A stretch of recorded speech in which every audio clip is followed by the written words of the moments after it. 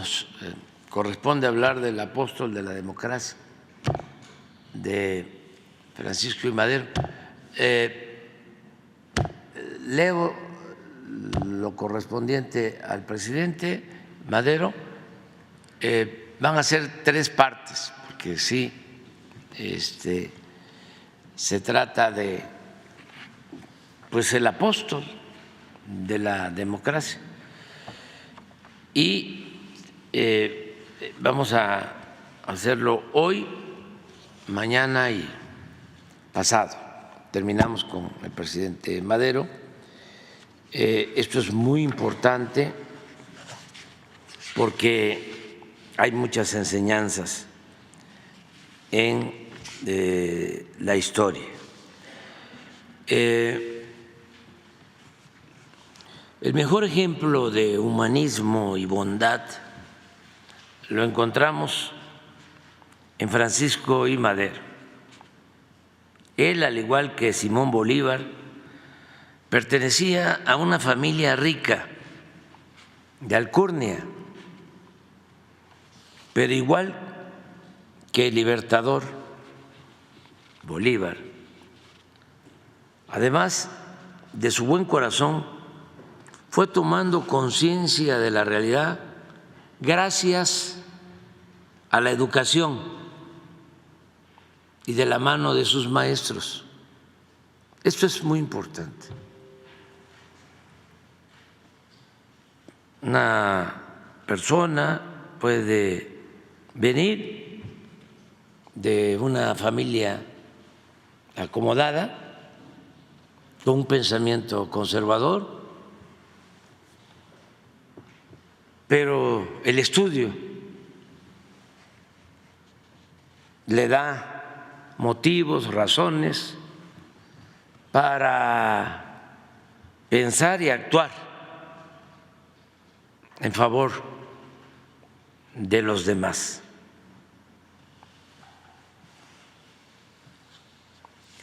Los dos coincidían, Bolívar y Madero, en el principio según el cual para ser justos es necesario ser libres. Uno de los bolivarianos más auténticos, el maestro Carlos Pellicer, decía que los sentimientos de justicia son hijos de la libertad, pues nunca siendo esclavos podremos ser justos. La vida y obra de Madero es enseñanza pura en el ejercicio del noble oficio de la política. En Madero hay ideales, así como emotivas y trágicas lecciones. La trayectoria política de Madero es excepcional y virtuosa. De joven se formó en la Escuela de Altos Estudios Comerciales en Francia y en la Universidad de California, en Berkeley. Como lo muestran sus escritos y su correspondencia, tenía buena preparación intelectual y conocimiento de la historia de las ideas políticas. En Francia se empapó del pensamiento y la actuación de los revolucionarios de finales del siglo XVIII y de los importantes acontecimientos del siglo XIX. Por otra parte, asimiló y se convirtió en practicante de la corriente espírita, que en ese entonces era una doctrina de gran valor filosófico. Esto último, aunque fue usado en su contra con extrema simplificación, le sirvió para afianzar sus convicciones, al grado de que mediante estas prácticas llegó a la íntima conclusión de que debía arriesgar hasta su vida por la causa de la libertad. Esto también es importante para los jóvenes. Debe tomarse en cuenta que por lo general un luchador social o político que busca transformar una realidad de injusticia y opresión siempre es movido por ideales y principios, por una doctrina o simplemente por una creencia. Nadie podría hacer algo verdaderamente trascendente por puro pragmatismo, sin poseer alguna de estas virtudes o valores. Siempre en la vida se busca algo. Y se tiene una doctrina, un ideal, un principio, que es el que nos hace caminar, vivir y ser felices. Madero dio pruebas de ser un excepcional empresario con inquietudes políticas libertarias. Desde que regresó de Francia en 1902, Frédéric Katz, riguroso historiador de la Revolución Mexicana, sostenía que al hacerse cargo en 1903 de una hacienda de su padre en San Pedro de las Colonias, Coahuila, combinaba un enfoque económico práctico con ideas explícitamente filantrópicas. Comenzó por aumentar los salarios de sus trabajadores agrícolas. Los sometió a exámenes médicos periódicos e introdujo la educación obligatoria, de manera que el nivel de vida que gozaba en su hacienda era muy superior al que prevalecía en las haciendas vecinas. Se refiere a los trabajadores de su hacienda. Madero combinó esta actitud hacia sus trabajadores con la introducción de métodos de cultivos nuevos y más productivos, lo cual muy pronto incrementó en forma notable sus ganancias e hizo de su hacienda una especie de empresa modelo, tanto en términos sociales como económicos. Al margen de los negocios, en 1905 actuó como presidente del Club Democrático Benito Juárez en Coahuila contra la reelección del gobernador Miguel Cárdenas. Luego de esa elección fraudulenta, lanza un manifiesto a la nación denunciando que la soberanía del Estado de Coahuila es un simple mito y llama a los ciudadanos a no claudicar ante la imposición antidemocrática.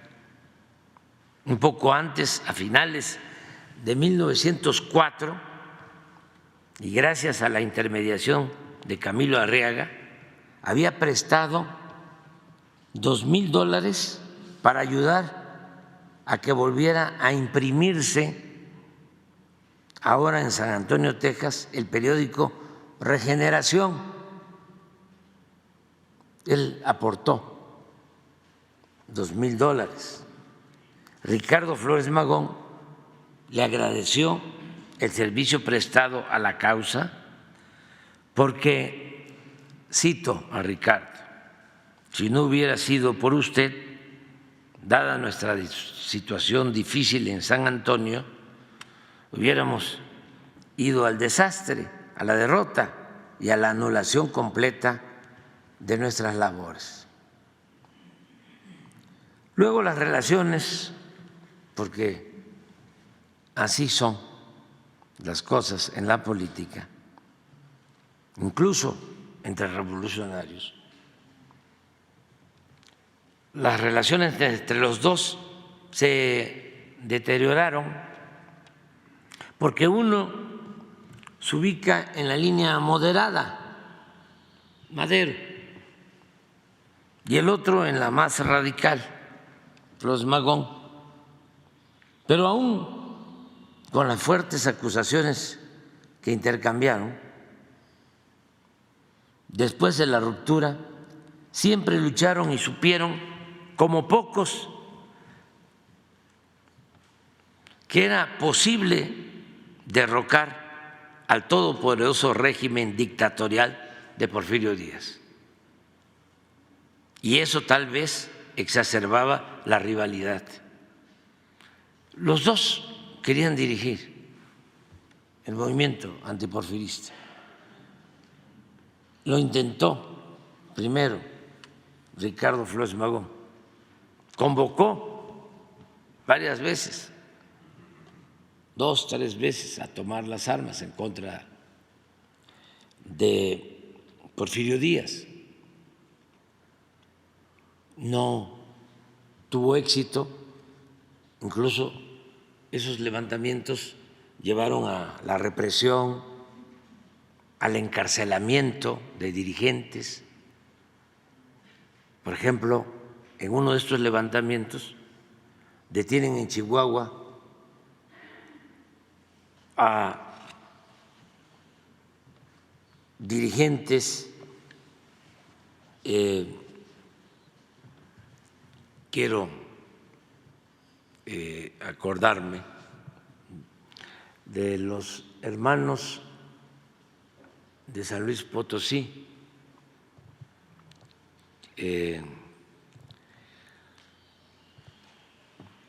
¿cómo se apellida? No, sí, Camilo y Ponciano, pero Juan Saravia. Detienen a Juan Saravia y es importantísima la anécdota, porque lo llevan a Chihuahua, esto como 1906, y lo juzgan como se acostumbraba antes en el Teatro Juárez de Chihuahua. Invitan a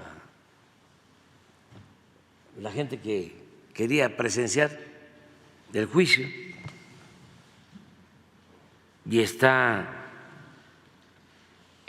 Juan Saravia, extraordinario escritor, había elaborado el Plan Liberal de 1906 con Ricardo, que es un plan extraordinario, fundacional, que debería leerse, porque ahí están los principios, incluso ahí está la propuesta económica para la transformación de nuestro país, todavía válida, la estamos aplicando nosotros, porque en ese plan se dice que hay que fortalecer el mercado interno y hay que procurar que la gente humilde, pobre, tenga ingresos suficientes para consumir, porque cuando el pobre no tiene más que para lo indispensable y a veces ni siquiera para eso, todo es ruina, no progresa el comercio ni la industria, nada. Entonces, ellos plantean fortalecer el consumo interno, que es lo que estamos haciendo nosotros, que la gente tenga ingresos para consumir no solo lo básico, y así se beneficia el comercio, se beneficia la industria, y hay prosperidad y bienestar. Pero en ese plan está muy bien descrito esto que estoy planteando. Bueno, el caso es que van a juzgar a Juan Saravia y llega muy prepotente el gobernador de Chihuahua, Enrique Krill, y su suegro, Terrazas, Luis Terrazas, llegan los dos, Luis Terrazas y Enrique Krill, y le dice Enrique Krill a Juan Saravia: ¿de modo que usted es el bandido de Juan Saravia? No, señor, yo no soy un bandido, los bandidos son otros. Y está toda la gente ahí. ¿Y quiénes son los bandidos? Enrique Krill, Luis Terrazas y Porfirio Díaz. Y ahí se acabó el juicio. Y en tren a Juan Saravia hasta Veracruz, a la cárcel de San Juan de Ulúa. Estuvo 5 años preso en San Juan de Ulúa y es liberado cuando triunfa la Revolución Maderista. Bueno, cierro el paréntesis. Durante la segunda mitad de 1908, Madero se ocupa de escribir en San Pedro de las Colonias, Coahuila, su libro La sucesión presidencial, en 1910, cuyo subtítulo es El Partido Nacional Democrático, que aparece en diciembre de ese año.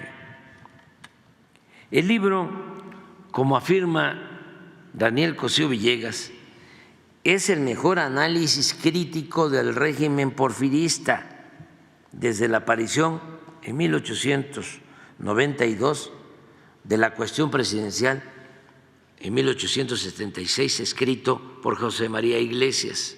Desde luego, esta opinión de que era y es un buen libro, La sucesión presidencial,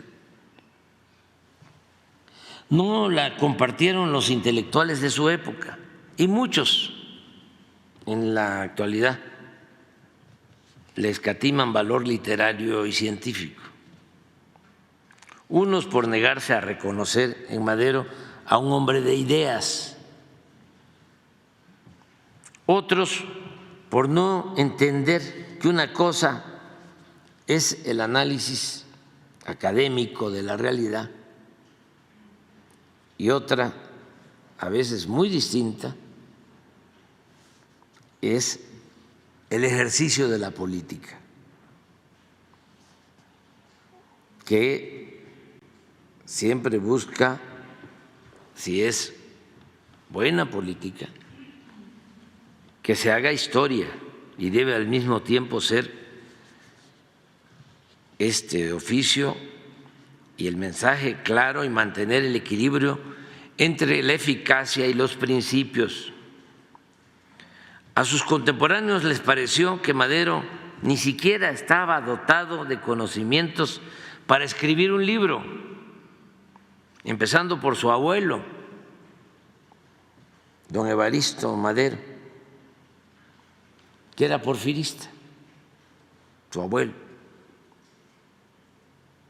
Quien duda de que su nieto lo haya escrito, decía don Evaristo, pues lo considera incapaz de semejante proeza. Los especialistas posteriores no solo lo encuentran mal organizado y sin rigor metodológico, sino que lo califican de superficial, de no tratar el problema social a fondo. Lo cierto es que aún prevalece el prejuicio de que Madero, miembro de una familia rica, empresario y agricultor norteño, no podía aspirar a escribir más que cartas personales. A don Agustín Yáñez, no obstante, a este gran escritor, secretario de Educación, le conmueve advertir el esfuerzo de un hombre hasta entonces consagrado a cuidados agrícolas y mercantiles ajenos a los secretos de la expresión, que lucha por hallar formas exactas para hablar al pueblo sin exacerbar a los poderosos ni ahuyentar a los asustadizos. Todo esto induce, dice don Agustín Yáñez, a buscar las palabras, los giros y los matices expresivos más ajustados a sus propósitos y suprimir o atenuar exabruptos irreparables o inconducentes a obtener que la exposición de su pensamiento sea clara, accesible al lector medio, sin mengua de la emoción que la impulsa. Hasta ahí la cita. Además de estar bien escrito, el contenido del libro es de primer orden. Repasa los males de la nación, cuestiona las injustas guerras de Temochic y Valle del Yaqui, sostiene que las huelgas de Cananea y Río Blanco tuvieron su origen porque Porfirio Díaz recibía apoyo de los capitalistas, critica la falta de libertades, la política exterior, el estancamiento de la educación y las actividades agrícolas, mineras e industriales, y el mal manejo de la hacienda pública. Señala que el progreso material se había logrado con una enorme deuda. Esto, por ejemplo, se desconoce. Cuando se piensa en el gobierno de Porfirio Díaz, siempre se habla de que era un gobierno muy eficaz en el manejo de las finanzas. Es de los gobiernos que más se endeudó, o mejor dicho, que más endeudó al país.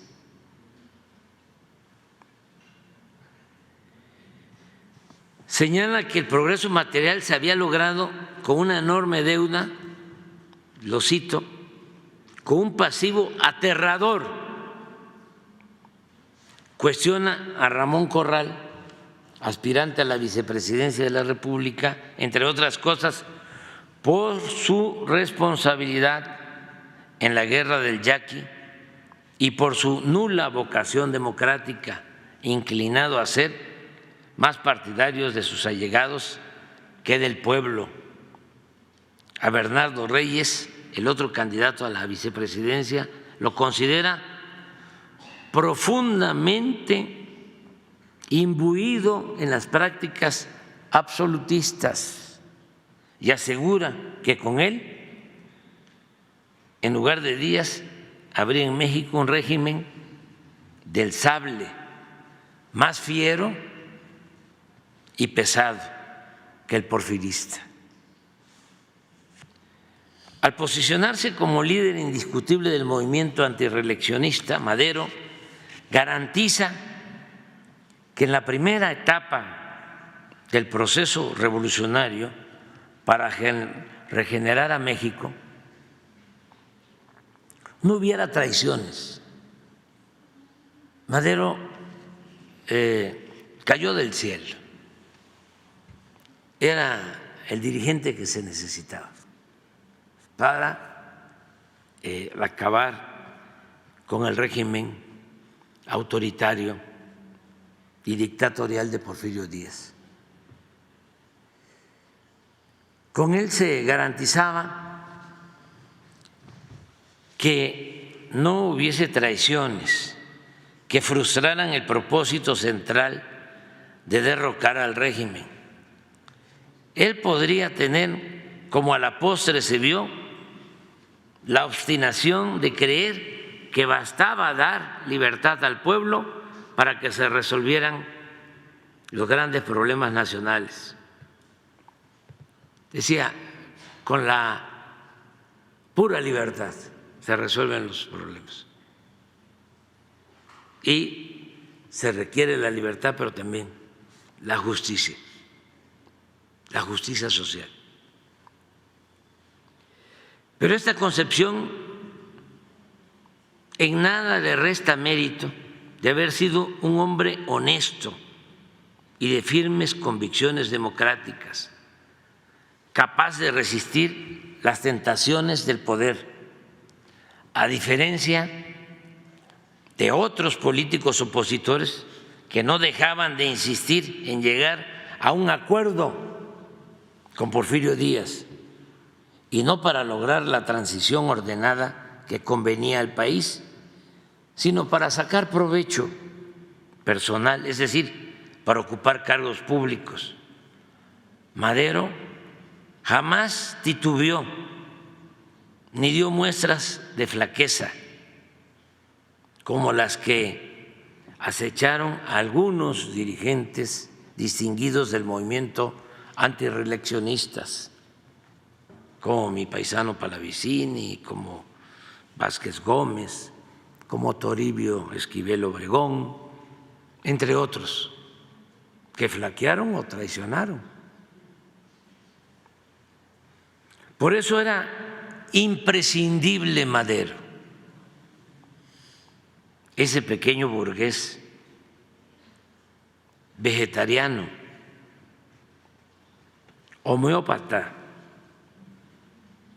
abstemio, espiritista, lleno de determinación, aplomo y gran vocación democrática.